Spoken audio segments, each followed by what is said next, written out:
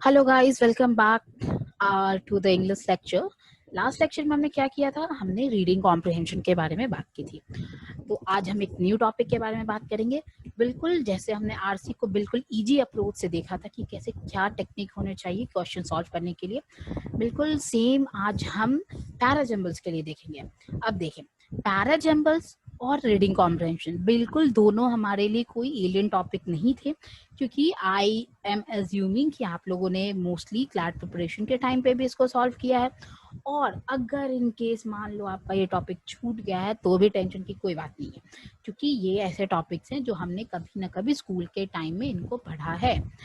ठीक है, तो आज क्या करते हैं, आज हम बेसिकली पैराजम्बल्स की कुछ ट्रिप्स एंड टेक्निक्स के बारे में जानते हैं, जिससे क्या होगा, हमारा पैराजम्बल्स की एक्यूरेसी भी बढ़ जाएगी, प्लस टाइम जो है कम टाइम कंज्यूम होगा और स्कोर ज़्यादा करेंगे। इससे क्या होगा, इससे अल्टीमेटली हमारे सिलेक्शन के चांसेस बढ़ जाएंगे एक अच्छे लॉ स्कूल में पहुंचने के। ठीक है, तो चलो बिना किसी देर किए हुए स्टार्ट करते हैं पैराजम्बल्स का ये लेक्चर। तो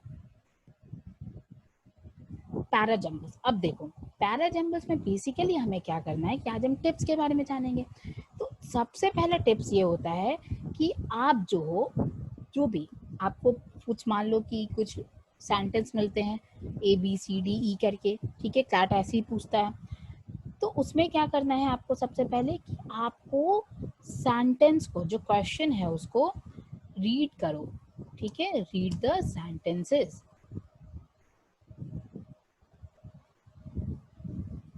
एंड ट्राई टू कॉम्प्रीहेंड। अब देखो, अब मैं ट्राई टू कॉम्प्रीहेंड से मैं क्या कहना चाह रही हूँ, मैं सिंपली ये कहना चाह रही हूँ कि जब भी आप पैसेज को पढ़ोगे, जब आप 5 लाइन को पढ़ते हो, 3 लाइन 4 लाइन जितने वो पैराजम्बल्स होता है, तो आपको एक रफ आइडिया मिलता है कि अच्छा शायद ऑथर जो है उस बारे में ही बात कर रहा है। अब किसी न किसी पर्टिकुलर सब्जेक्ट के बारे में तो ऑथर बात करेगा ही, ऐसा तो नहीं है कि रैंडमली कुछ 4-5 चीज़ों के बारे में बात करेगा, एक पर्टिकुलर उसका सब्जेक्ट होगा। तो जब आप पांचों चीज ऑप्शन जो भी आपके क्वेश्चन हैं, आप उसको 5, एक सेंटेंस है, 2 सेंटेंस में है, एक में तो ऑब्वियसली होगा नहीं, मान लो 4 में है, 5 में, आइडियली इतने में ही होता है। अब पढ़ोगे तो आपको एक रफ आइडिया मिल जाएगा कि ठीक है, ऑथर इस चीज के बारे में बात कर रहा है। अब दूसरा क्या करना है, दूसरे में हमें जो ओपनिंग और क्लोजिंग स्टेटमेंट है ना, उसको आइडेंटिफाई करना है। ठीक है,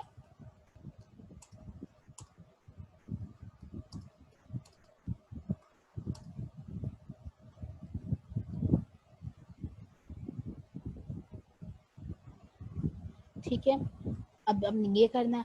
अब आप पूछोगे कि यार अब ये कैसे हो सकता है, कि ठीक है मुझे क्या पता कि यार अब इसमें ओपनिंग क्या है और इसमें क्लोजिंग क्या है। तो इसमें क्या होता है ना कि मान लो कोई भी ऐसा सेंटेंस जिसमें कुछ न्यू कैरेक्टर्स को इंट्रोड्यूस किया जा रहा होता है, और वैसे सेंटेंस जो बिल्कुल इंडिपेंडेंट होते हैं अदर सेंटेंस से, वैसे सेंटेंस ही बेसिकली आपके ओपनिंग सेंटेंस होते हैं।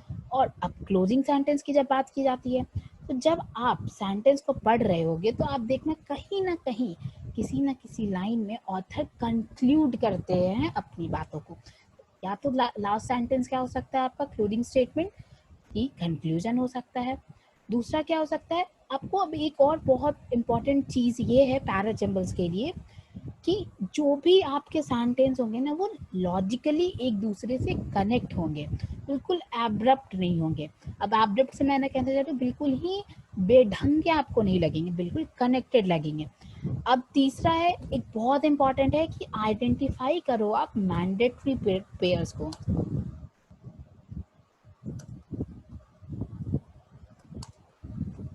ठीक है, अब आइडेंटिफाई कैसे करोगे आप मैंडेटरी पेयर्स को, तो अब उसमें क्या करना है, मान के चलो कि तो ऐसे सेंटेंस है जो कहीं ना कहीं आपको लिंक्ड रहेंगे। मैं बहुत एक बेसिक एग्जांपल देती हूँ, मान लो ऑथर ने 4 सेंटेंस दिया, बहुत basic example, Ram is a boy, Ram lives at XYZ address, Ram go to this XYZ school, Ram study at XYZ class.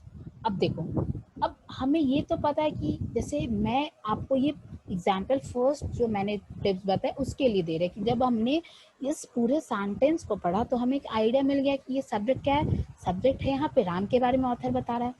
तो अब मान लो कि अब इस एग्जाम्पल से हम फर्स्ट जो टिप्स है उस पर ध्यान देंगे, क्योंकि आगे की टिप्स के लिए मैं आपको दूसरे एग्जाम्पल्स देंगी। तो जैसे कि अभी जब आप कोई भी एग्जाम्पल पढ़ते हो, अब देखो, अब जब ऑथर यूज करेगा तो हर जगह राम नहीं यूज करेगा।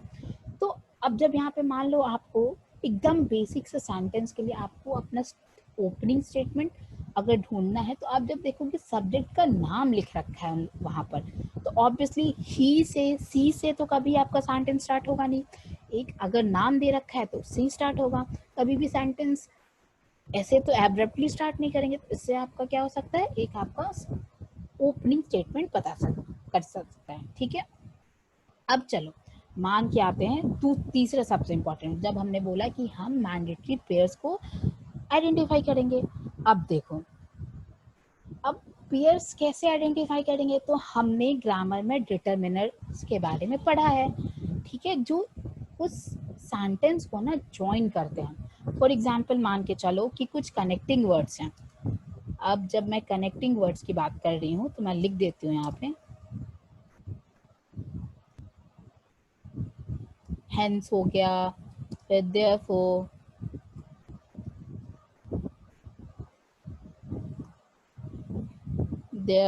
देन आपका दस एक्सेट्रा। ठीक है, अब क्या हुआ, जो आपके दिमाग में कंफ्यूजन चल रहा हो कि अच्छा यार ये आइडेंटिफाई कैसे करना है मैंडेटरी पेयर्स को। अब जब मान लो मैंने राम के बारे में इतनी सारी चीजें बताई और मैंने बोला कहा hence Ram is a good boy, तो कहीं ना कहीं क्यों गुड बॉय है उसके पीछे के रीजंस थे। उसके पहले के राम इज, अगर मान लो एक क्या है कि मैंने एक दूसरा एग्जांपल मैं आपको दे रही हूँ। राम, ऑथर ने स्टार्ट किया, Ram is a boy, he studies at XYZ school, he is very intelligent, therefore he stood first in his class। अब सोचो, कहीं ना कहीं तो अब जब देयर फोर है तो आपको लगेगा अच्छा देयर फोर है, मतलब कहीं ना कहीं सेंटेंस का एक जो है वो कनेक्टिंग पॉइंट होगा, इसका एक पेड़ होगा। अब क्या है, अब मैंने बोला Ram is a intelligent boy.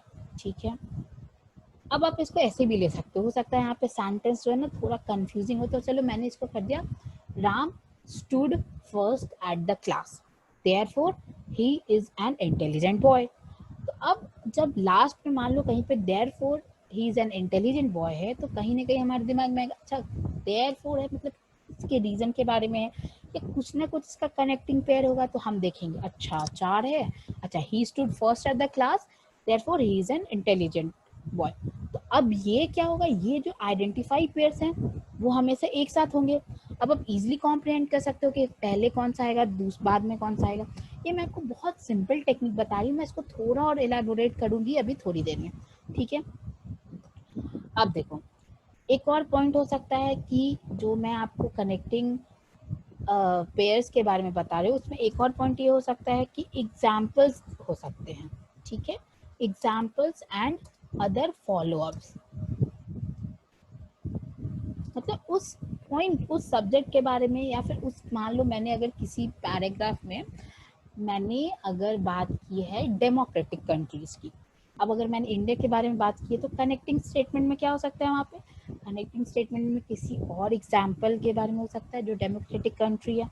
तो एक ये तरीका है, इससे आप बोल सकते हो कि अच्छा यहाँ पे ये भी जो है वो क्या है आपका मैंडेटरी पेयर्सन। फिर आपका दूसरा एक हो सकता है कंटिन्यूएशन ऑफ आइडिया। अब देखो ऑफ आइडिया, तीसरा, तो मैंने आपको पेयर्स आइडेंटिफाई करने के लिए तीन तरीके बताए, कुछ ऐसे कनेक्टिंग वर्ड्स हेंस, देयरफॉर, दस एक्सेट्रा। फिर एग्जाम्पल्स हो सकते हैं या अदर फॉलो अप। ठीक है, या फिर आपके आइडिया को कंटिन्यू किया जा रहा है, तो आप आइडेंटिफाई करो कि अच्छा ये सेंटेंस आपस में एक साथ ही आएंगे। अब पेयर से मेरा क्या कहने का मतलब है कि अगर दो सेंटेंस आपस में पेयर कर रहे हैं तो ये दो सेंटेंस साथ में आएंगे। अब एक कोई ऊपर आएगा एक कोई नीचे आएगा, तो इससे क्या हो सकता है हमें इजी हो जाएगा जब हम ओपनिंग स्टेटमेंट के को आइडेंटिफाई कर लेंगे, क्लोजिंग स्टेटमेंट को, पेयर स्टेटमेंट को। जनरली जो आपकी टेक्निक होती है ना क्वेश्चन सेट करने की, वो भी इसी टेक्निक पे बेस्ड होती है। ठीक है, अब देखो अब क्या होता है, हमें फोर्थ सबसे इम्पॉर्टेंट है कि हमें ट्रांजिशन वर्ड्स को आइडेंटिफाई करना है। अच्छा, अब बात आती है कि ट्रांजिशन वर्ड्स को क्यों आइडेंटिफाई करें। तो मैं यहाँ पे लिख देती हूँ।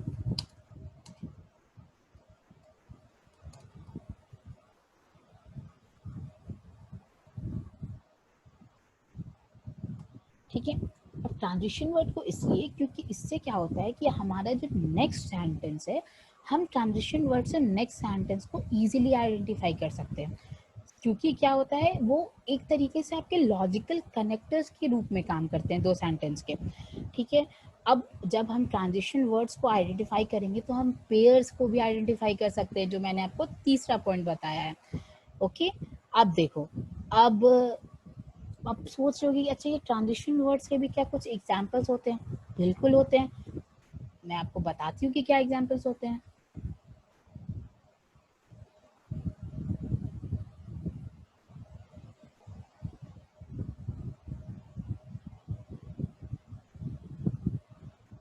अब मैं एग्जाम्पल्स बता रही हूँ आपको ट्रांजिशन वर्ड्स के। ठीक है, स्पेस की कमी की वजह से मैं इसको बगल में लिख रही हूँ। ऐसे मान के चलो, अकॉर्डिंगली,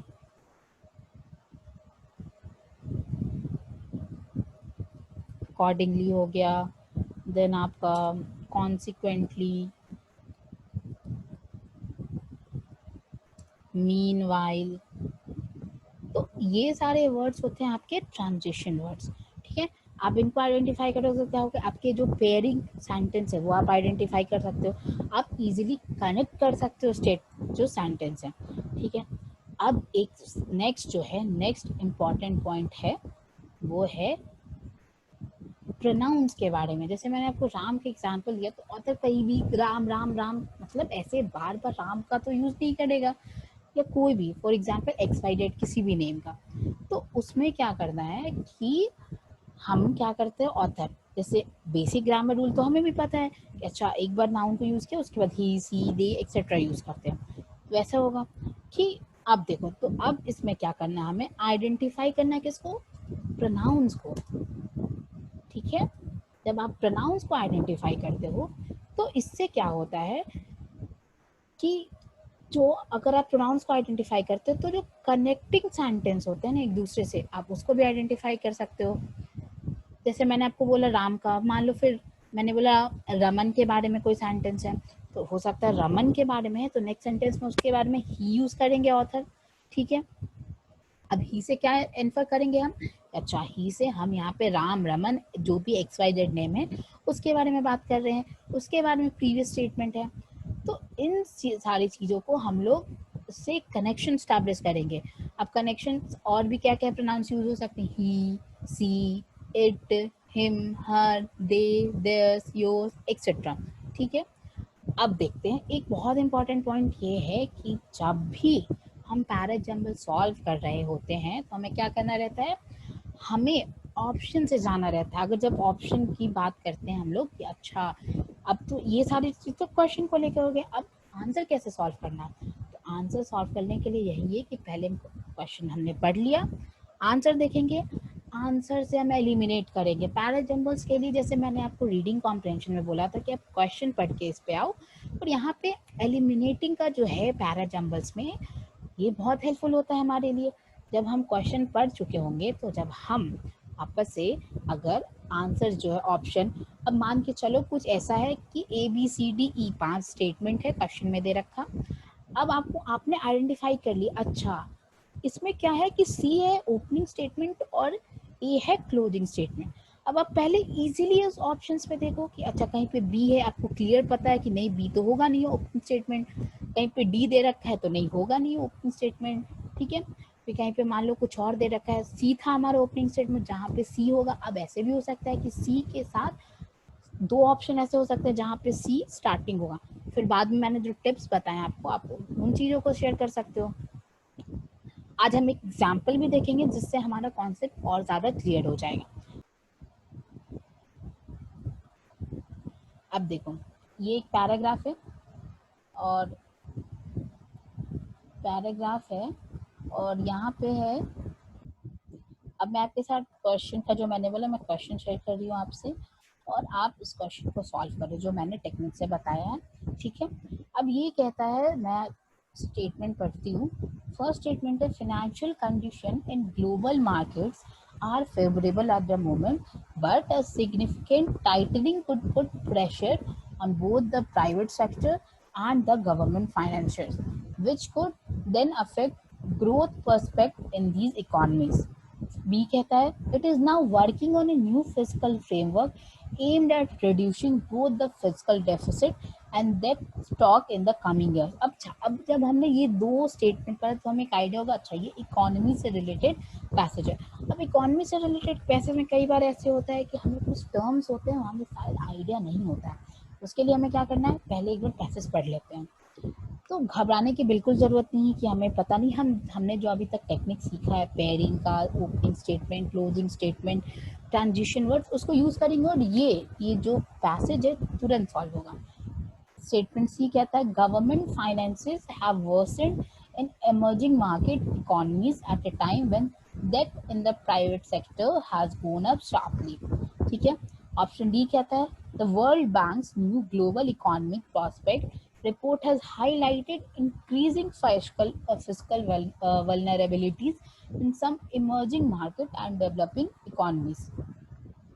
और ऑप्शन ई कहता है, स्टेटमेंट ई कहता है, according to the report in more than half the EMDEs, जिसको हमने बोला, अच्छा अब यहाँ पे ध्यान रखना क्वेश्चन पढ़ते वक्त, हाफ द EMDE, अब यहाँ पे हमने एब्रीविएशन यूज किया है, ठीक है, स्टेटमेंट ई में। तो कहीं ना कहीं आइडिया हुआ जब स्टेटमेंट डी और स्टेटमेंट ई पढ़, अच्छा मतलब स्टेटमेंट डी तो स्टेटमेंट ई के पहले ही आएगा, क्योंकि स्टेटमेंट ई में क्या है, स्टेटमेंट ई में एब्रीविएशन यूज किया है। आगे पढ़ते हैं, government debt has gone up by more than 10 percentage points of the gross domestic product, while the fiscal balance has deteriorated by 5 percentage points in the one-third of the economies between 2007 and 2016. फिर क्या कहता है, कहता है कि in the meanwhile India has done well in recent years by lowering the fiscal deficit. ये हमारा हो गया क्वेश्चन। अब आप क्या करना, मैं फिर से इस क्वेश्चन को, ये पूरा क्वेश्चन आपके स्क्रीन पर दिखा रही हूँ ताकि आप वीडियो को 2 मिनट पॉज करो, ठीक है। 2 मिनट इस क्वेश्चन के लिए काफ़ी हो जाएगा, 30 सेकेंड्स इज एनफ। आप पॉज करो, ठीक है, और फिर उसके आंसर्स निकालो। अब मैं आके आंसर आपको डील करती हूँ। अब इसका सीक्वेंस क्या होगा, मैंने यहाँ पे कोई भी ऑप्शन नहीं दिया है, तो घबराने की ज़रूरत नहीं है, क्योंकि जब भी आप एग्ज़ाम के टाइम पे सॉल्व करेंगे वहाँ पे आपको ऑप्शंस रहेंगे। अब इसका मैंने इसका सीक्वेंस दिया है, आंसर दिया है, स्टेटमेंट डी सबसे पहला होगा, the world bank new global economic prospect. जब मैंने आपको बोला अच्छा ये इकोनॉमी से रिलेटेड है, तो जब हमने स्टेटमेंट डी देखा था तो आपको ये चीज़ देखो, सबसे पहले बात करते हैं ऑप्शन बी, तो ऐसे ही नहीं आएगा क्योंकि इसमें क्या दे रखा है, 8 से। फिर ऑप्शन सी आप कह सकते हो, अच्छा शायद आ सकता है। अब मैं आपको रीजंस भी बताऊंगी कि क्यों हमारा ऑप्शन डी से इसका स्टार्टिंग जो आपका ओपनिंग स्टेटमेंट है ऑप्शन डी है, ठीक है। तो इसका आंसर सीक्वेंस है D E C A F B. ये यहाँ पे जो है मैं आपको मार्क भी कर दे रही हूँ कि ये जो मैं अभी बोल रही हूँ आपको, ये जो है पर्टिकुलरली आपका ये है आंसर, ठीक है। अब देखो, अब हम डील करेंगे सोल्यूशन, मैंने आपको सोल्यूशन भी दिया है। अब देखो, पहला मैंने यहाँ पे आपका आंसर भी एक्सप्लेनेशन में लिखा है कि ऑप्शन डी जो है वो आपका फर्स्ट स्टेटमेंट क्यों होना चाहिए, क्योंकि जब हम ऑप्शन डी देखते हैं तो ऑप्शन डी क्या कर रहा होता है कि आपका जो सब्जेक्ट है ना उसको इंट्रोड्यूस कर रहा होता है। आप देखो कहीं पे भी किसी भी और सेंटेंस में आपके सब्जेक्ट को इंट्रोड्यूस नहीं किया गया। आपका जो स्टेटमेंट ए है उसमें क्या है, फाइनेंशियल कंडीशन के बारे में बता रहे, अच्छा फाइनेंशियल कंडीशन जो है वो बिगड़ गई है, ठीक है। दूसरे में आपका इट से स्टार्ट हो तो ऐसी ओपनिंग नहीं होगा। तीसरे में फिर वो बोला कि गवर्नमेंट फाइनेंसेस बिगड़ चुके हैं, तो कहीं ना फाइनेंशियल कंडीशन जहाँ पे ग्लोबल मार्केट के बारे में बात की है, तो उसके बाद मार्केट इकोनॉमीज के बारे में, तो कहीं ना कहीं आप सोच के देखो, मैंने जो आपको बताया है पेयरिंग टेक्निक, ए और सी आपको लगेगा कि अच्छा कहीं ना कहीं शायद ये पेयर कर रहा है, ठीक है। अब ऑप्शन डी इसी वजह से होगा आपका ओपनिंग सेंटेंस, क्योंकि ऑप्शन डी पहला स्टेटमेंट है जो कि हमें इंट्रोड्यूस कर रहा है सब्जेक्ट से। हमारा सब्जेक्ट क्या है? Increasing fiscal vulnerabilities in the EMD, emerging market and developing economies, ठीक है, as highlighted in the World Bank New Global Economic Prospect Report। तो हमारा ऑप्शन डी पहला है, क्योंकि ये हमें सब्जेक्ट से इंट्रोड्यूस कर रहा है। अब नेक्स्ट स्टेटमेंट क्या है हमारा? मैंने आपको आंसर बताया है। नेक्स्ट स्टेटमेंट है हमारा स्टेटमेंट सी, सॉरी स्टेटमेंट ई। अब देखो ई इसलिए होगा क्योंकि इसमें क्या बात किया गया है, इसमें बोला है कि ई जो है हमारा ऑप्शन डी को एलेबोरेट करता है। क्योंकि अब देखो मैं इस यहाँ पे एक तो सबसे पहले एलेबोरेट कैसे करता है वो देखते हैं। क्योंकि ऑप्शन ई जो है स्टेट करता है कि रिपोर्ट जो आई है उसमें कि गवर्नमेंट का जो डेब्ट है वो is soaring and the fiscal balances है डेटेरियोरेटेड। तो अब देखो ऑप्शन डी और ऑप्शन ई भी कहीं ना कहीं कनेक्टेड है, क्योंकि ऑप्शन डी में जिस फैक्ट के बारे में मेंशन किया गया, सॉरी स्टेटमेंट डी में जिस फैक्ट के बारे में, जिस सब्जेक्ट के बारे में मेंशन किया गया, स्टेटमेंट ई उसको एलेबोरेट कर रहा है। अब हमारा थर्ड स्टेटमेंट क्या होगा? थर्ड स्टेटमेंट होगा कि स्टेटमेंट सी। अब आप पूछोगे ये स्टेटमेंट सी क्यों होगा?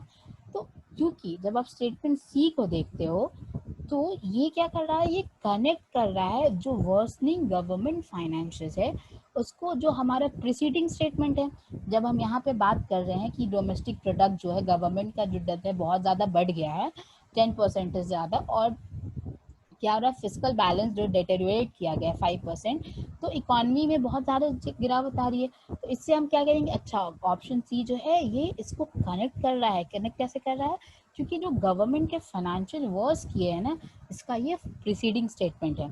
अब आता है नेक्स्ट स्टेटमेंट क्या होगा? तो नेक्स्ट स्टेटमेंट जैसे ही मैंने आपको बोला था कि आपका जो ऑप्शन सी है और ऑप्शन ए है वो कहीं ना कहीं कनेक्टेड है एक दूसरे से। तो ऑप्शन सी और ए है कनेक्टेड है, तो ऑप्शन सी जब आ गया आपका तो क्या बचा? Option A. अब ऑप्शन ए जो है कनेक्टेड है तो उसमें क्या होता है अब देखते हैं। क्योंकि ये ऑप्शन एक तो एक सबसे पहले क्या करता है, जो फाइनेंशियल कंडीशन है उसको स्टेट करता है। ये भी बोलता है साथ में कि जो ग्लोबल मार्केट जो है हमारा उसको लेकर ये कंसर्न है, मतलब जो फाइनेंशियल कंडीशंस हैं वो ग्लोबल मार्केट के बारे में यहाँ पे बात। और ये क्या बोल रहा है कि कुछ वरी करने की बात नहीं है, क्योंकि थोड़े से प्रेशर है जिससे ये EMD जो है आपका, जो मैंने अभी आपको बताया था emerging market and developing economies, उसको इफेक्ट कर रहा है।